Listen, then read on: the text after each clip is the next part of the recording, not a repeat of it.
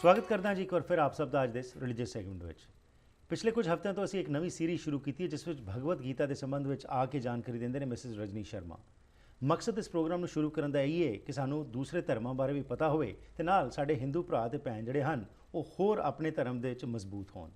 ਹਰ ਇੱਕ ਦਾ ਧਰਮ ਜੋ ਹੈ ਉਹ ਇਹੀ ਹਦਾਇਤ ਕਰਦਾ ਹੈ ਕਿ ਚੰਗੇ ਇਨਸਾਨ ਬਣੀਏ। ਸਾਡੇ ਜਿਹੜੇ ਗ੍ਰੰਥ ਨੇ ਉਹਨਾਂ ਦਾ ਮਕਸਦ ਹੀ ਇਹ ਸੀ ਜੋ ਕੁਝ ਲਿਖਿਆ ਗਿਆ ਉਸ ਵਿੱਚ ਕਿ ਉਹ ਅਸੀਂ ਸਮਝੀਏ ਤੇ ਸਿਰਫ ਮੱਥੇ ਟੇਕਣ ਤੱਕ ਸੀਮਤ ਨਾ ਕਰੀਏ। ਜਿਹੜੀ ਨੌਲੇਜ ਦੱਸੀ ਗਈ ਹੈ ਉਸ ਨੂੰ ਕਿਵੇਂ ਆਪਣੇ ਜੀਵਨ ਵਿੱਚ ਗ੍ਰਹਿਣ ਕਰਨਾ ਹੈ, ਇसी ਸੰਬੰਧ ਵਿੱਚ ਆਓ ਹੋਰ ਜਾਣਕਾਰੀ ਲੈਣੇ ਅੱਜ ਮਿਸਿਸ ਰਜਨੀ ਸ਼ਰਮਾ ਤੋਂ ਕਿ ਜਦੋਂ ਪਿਛਲੀ ਵਾਰ ਅਸੀਂ ਗੱਲਬਾਤ ਕੀਤੀ ਸੀ ਕਿ ਕ੍ਰਿਸ਼ਨ ਜੀ ਜੋ ਹਨ ਆਤਮਾ ਦੇ ਸੰਬੰਧ ਵਿੱਚ ਅਰਜੁਨਾਂ ਨੂੰ ਉਪਦੇਸ਼ ਕਰ ਰਹੇ ਨੇ ਤੇ ਉਸ ਦੇ ਵਿੱਚ ਉਹਦੇ ਮਨੋਬਲ ਨੂੰ ਉੱਚਾ ਚੁੱਕਣ ਦੀ ਕੋਸ਼ਿਸ਼ ਕਰ ਰਹੇ ਨੇ ਤੇ ਦੱਸ ਰਹੇ ਨੇ ਕਿ ਅਮਰ ਆਤਮਾ ਜੋ ਹੈ ਉਹ ਹਮੇਸ਼ਾ ਹੀ ਅਮਰ ਰਹੇਗੀ ਅਤੇ ਕਦੀ ਨਹੀਂ ਮਰੇਗੀ, ਤਾਂ ਕਿ ਉਹ ਇਹ ਸਮਝ ਸਕਣ ਕਿ ਉਹ ਯੁੱਧ ਵਿੱਚ ਜਾ ਕੇ ਆਪਣਾ ਫਰਜ਼ ਜੋ ਹੈ ਉਸ ਨੂੰ ਪੂਰਾ ਕਰਨ। ਆਓ ਅੱਗੇ ਕੀ ਹੁੰਦਾ ਹੈ इस बारे जानकारी लेने मिसेस रजनी शर्मा तो ji Anu ji once again welcome to the program. Thank you. Welcome. So जिस तरह पिछली बारी आपने जो बात की थी आत्मा के संबंध में, आपने बताया था कि कृष्ण जी बता रहे हैं अर्जुन को कि अब तुम खड़े हो जाओ, आत्मा जो है ये तो अमर रहेगी, ये कभी मरती नहीं है। और कपड़ों का आपने एग्जाम्पल दिया था कि इंसान जो है जैसे कपड़े बदलता है इसी तरीके से आत्मा जो है सिर्फ शरीर ही बदलती है, बाकी आत्मा तो अमर ही रहती है। क्या ये जब वार्तालाप हुई तो उससे क्या अर्जुन के अंदर जो कुछ लिखा गया है भगवत गीता में, तो क्या उनका अभी, क्योंकि अभी वो डुअलिटी में थे अभी भी, एक तरफ तो आपने जैसे बताया था कि उन्होंने समर्पण तो कर दिया लेकिन उसके साथ साथ अभी भी मन में ये था कि मैंने मारना नहीं है अपनों को। तो कई बार ऐसा होता है इंसान में कि अपने बड़ों को वो समर्पण तो हो जाता है लेकिन फिर मन में ये बात बिठाई होती है कि नहीं मैंने करना तो अपनी मन मर्जी करनी है। तो क्या ये जो वार्तालाप हुई उससे कुछ उनमें फ़र्क आया?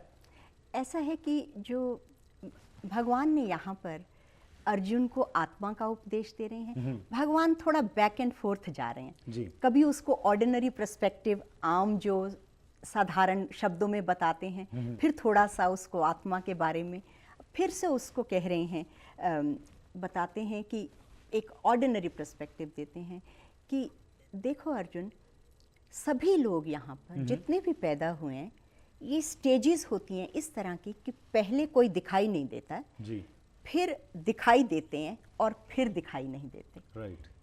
इसका मतलब क्या हुआ? Unmanifested form, then manifested and then unmanifested again. Right. What it means is कि समय जो है वो तो पुरातन काल से चला आ रहा है जी। उस समय की लंबी धारा में हम लोग प्रकट होते हैं 70-80 वर्ष के लिए, उससे पहले हम कहाँ थे हम नहीं जानते जी। फिर इसमें थोड़ा सा हम प्रकट हुए, उसमें भी बहुत सारा टाइम लड़कपन में निकल जाता है, यौवन में निकल जाता है, जब हमें इतना नहीं समझ होती तो विजडम के तो थोड़े से ईयर्स होते हैं। उसके बाद फिर तुम प्रकट नहीं होगे, फिर अप्रकट हो जाओगे। तो ये थोड़ा सा जो टाइम है इसकी इतनी चिंता मत करो, इस तरीके से उसको साधारण वे में बताया। और ये भी कहा कि देखो ऐसा कोई वक्त नहीं था जब तुम नहीं थे, ये राजा नहीं थे या मैं नहीं था, ऐसा कोई भी वक्त आगे भी नहीं आएगा जब तुम नहीं होगे, ये राजा नहीं होंगे या मैं नहीं होऊंगा। तो हम हमेशा से आते रहे हैं और हमेशा रहेंगे जी। जिस तरह से जीव जो है वो मृत्यु को प्राप्त होता है, फिर मृत्यु से जन्म को प्राप्त होता है और इसी तरह से ये चलता रहता है। ठीक। अब वो वापस उसको युद्ध की सिचुएशन पे आए और उन्होंने कहा कि देखो तुम बेशक धर्म की बात कर रहे हो, तुम अपने मन से ये सोच रहे हो कि मैंने युद्ध नहीं करना धर्म के तरीके जी।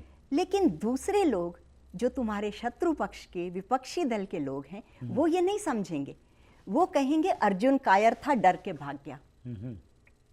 वो नहीं समझेंगे कि तुमने धर्म का विचार किया और इस वजह से तुमने युद्ध नहीं किया। वो कहेंगे हमारी इतनी बलशाली सेना देख के और डर गया वो और भाग गया।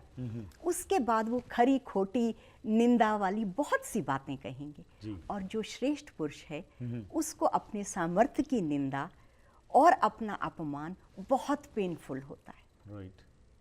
तो तुम वो बर्दाश्त नहीं कर सकोगे क्योंकि इतिहास भी उनको सही ठहराएगा जी। बिल्कुल। तो इस बात को तुम समझो। इसके अलावा एक और बात सोचो कि ये जो धर्म युद्ध तुम्हारे सामने आया है इसमें या दो ही बात हो सकती है, या तुम हार जाओगे या जीत जाओगे। बट लेट्स से तुम हार गए और वीर गति को प्राप्त हुए, तो जो धर्म युद्ध करते हुए वीर गति को प्राप्त होता है वो स्वर्ग को जाता है जी। और अगर तुम जीत गए तो पूरा पृथ्वी का ऐश्वर्य और राज्य तुम भोगोगे। ठीक। तो और तुम्हारा यश फैलेगा, तो तुम्हारे लिए तो दोनों ही, in other words, win win situation है जी। कि अगर वीर गति को प्राप्त हुए तो स्वर्ग लो, और अगर जीत गए तो पूरा पृथ्वी का राज्य लो जी। तो ये जो है स्वर्ग और कीर्ति, ये दोनों को नष्ट करने वाला जो ये तुम अपने मन के अंदर भाव लेके बैठे हो युद्ध ना करने का सोच के जी। ये सही नहीं है। इसलिए अर्जुन, युद्ध, जीत को, हार को, लाभ को, हानि को, जय को, पराजय को, सबको समझो इसको और युद्ध करो। समानता से देखो, समानता से देखो और युद्ध करो। ठीक। इस तरह से भगवान ने अर्जुन को कहा। ओके। अब अर्जुन फिर से बैठे हुए हैं और वो सोच रहे हैं कि ये ज्ञान की बात भगवान कर रहे हैं जी। और आत्मा की बात बता रहे हैं, ज्ञान की बात कर रहे हैं, तो ऐसा लगता है कि जैसे the thing starts to sink in okay a bit, you know, उनको थोड़ा थोड़ा कुछ लग रहा है क्योंकि वो सुन रहे हैं। जी। अब कोई वो बीच में आर्ग्यू नहीं कर रहे हैं कि मैं कैसे ये करूं या कैसे ये करूं। He is listening carefully. तो उससे ऐसे लगता है कि जैसे वो चीजें जो हैं वो उनको थोड़ी थोड़ी सी समझ में आ रही हैं। यहाँ पे भगवान ने एक गीता का बहुत ही फेमस श्लोक है, कर्मण्यवाधिकारस्ते मा फलेषु कदाचन, जिसका मतलब होता है कि मनुष्य का जो अधिकार है वो केवल कर्म करने में है जी। उसका रिजल्ट क्या होगा वो उसके हाथ में नहीं है। और क्योंकि वो उसके हाथ में नहीं है, उसको उसकी चिंता नहीं करनी चाहिए जी। क्योंकि तुम्हारे पास सिर्फ दो विकल्प हैं। दो विकल्प कहते हैं टू ऑल्टरनेटिव्स जी। या मैं युद्ध करूं या ना करूं। राइट। लेकिन युद्ध का परिणाम क्या होगा ये तुम्हारे हाथ में नहीं है। तो ये इस तरीके से भगवान उसको बता रहे हैं जी। फिर कह रहे हैं कि इसलिए तुम अपनी बुद्धि में ये निश्चय कर लो और निश्चय करके युद्ध करने के लिए मन से अपनी जो जितने भी तुम्हारे कंफ्यूजन हैं उनको छोड़ो, निश्चय वाली बुद्धि करो और उठ के खड़े हो और युद्ध करो जी। तो भगवान ने यहाँ पर एक और बहुत इम्पॉर्टेंट बात कही और वो ये कही कि जब तुम कोई भी तुम्हारे कर्तव्य कर्म हैं जी, उनको बिना आसक्ति के, आसक्ति कहते हैं अटैचमेंट, बिना अटैचमेंट के समत्व भाव से अगर तुम केवल अपने कर्तव्य कर्म करते रहो, पहले उन्होंने ज्ञान की बात कही, आत्मा की बात कही, अब वो उनके कर्तव्य की बात कर रहे हैं कि अगर तुम अपने कर्तव्य करते रहो बिना आसक्ति के, बिना अटैचमेंट के, बिना परिणाम की चिंता किए, सिर्फ इसलिए क्योंकि तुम्हारा अधिकार जो है वो कर्म करने में है, अगर तुम इस तरीके से कर्म करते रहे तो अर्जुन ग्रेजुअली तुम ज्ञान की अवस्था को प्राप्त हो जाओगे। और उस वक्त जो ज्ञान की अवस्था होती है, समत्व की अवस्था होती है, वो अवस्था बहुत आनंददायी है। राइट। तो अर्जुन को इस अवस्था के बारे में कुछ भी नहीं पता, specially when he is so much stressed out right now. Right. तो ऐसी भी मनुष्य के मन की अवस्था हो सकती है जी, कि ऐसा युद्ध का घोर कर्म हो और ज्ञानी फिर भी साम्यावस्था में रहे। क्या ऐसा हो सकता है? तो this is sort of a news to him.